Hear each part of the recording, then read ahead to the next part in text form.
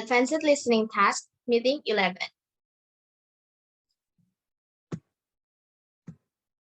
Part 1. Number 1. What is the main problem from that story? A group of teenagers who hung out in the blue gum tree to do some park activities, such as hanging in the tree. Number 2. Describe how many characters that the speaker says in the story. A half dozen of teens. Number 3. What is the title of the story? The Blue Gum Tree. Number 4. Where does the story take place? Blue Gum Corner. Number 5. Retell the story using your own words. On Saturday nights, there are young people roaming the flat. The only thing of real value in that place was stereo.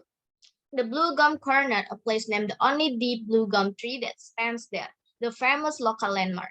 It stands at a small intersection heading for our city. The Blue Gum Tree is one of those horror spots where many people find out that some have been killed by seeing hanged. Some people feel when they arrive, the body disappears and they hear unnatural noise from the surrounding area. After a while, even this most holy equipment become tiresome. They want action. The plan is very simple.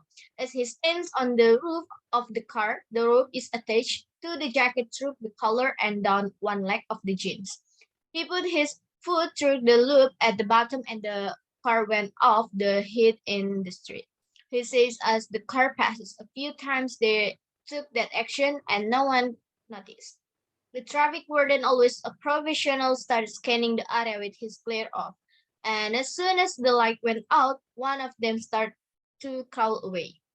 The sound of rustling and rusting produce would cause the light to be turned on, because they are about to start an escape on the side of the field.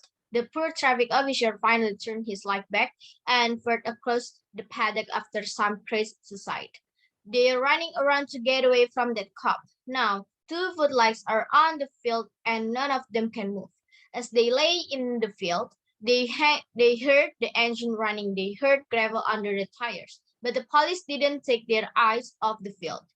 As luck would have it, police cars couldn't keep their footlights on all night without making their batteries flat.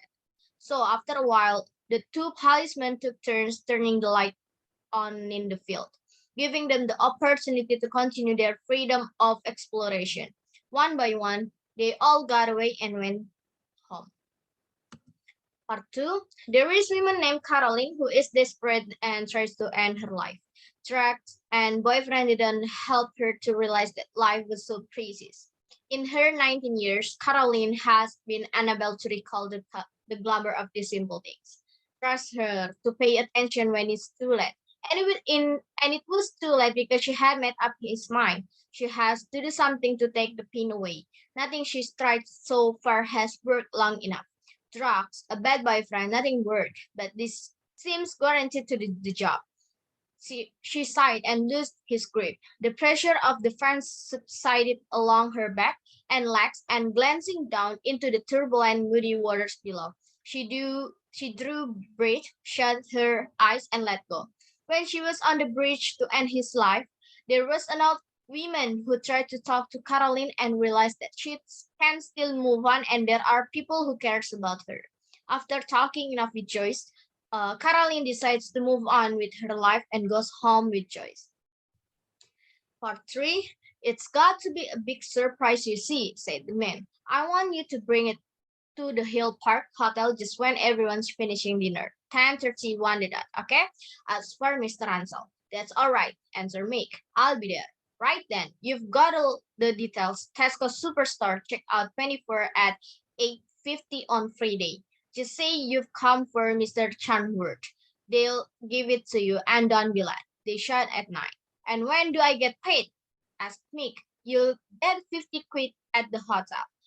Mick put down the phone. He was glad that someone had noticed the small advert he had put in the shop window, offering to do odd jobs. He needed the pocket money. Sophie was not terribly excited when he told her about it. But you said we'd go out to the picture on Friday night. There's nothing on this week, he replied. And anyway, I could do with 50 quid. You can come too. It'll be a sort of night out. Oh, Brill, a trip to Tesco's? You called it a night out. And 50 quid too. It's money for jam. They don't call out for police cars when flashing light just for a drunk. Finish. Thank you.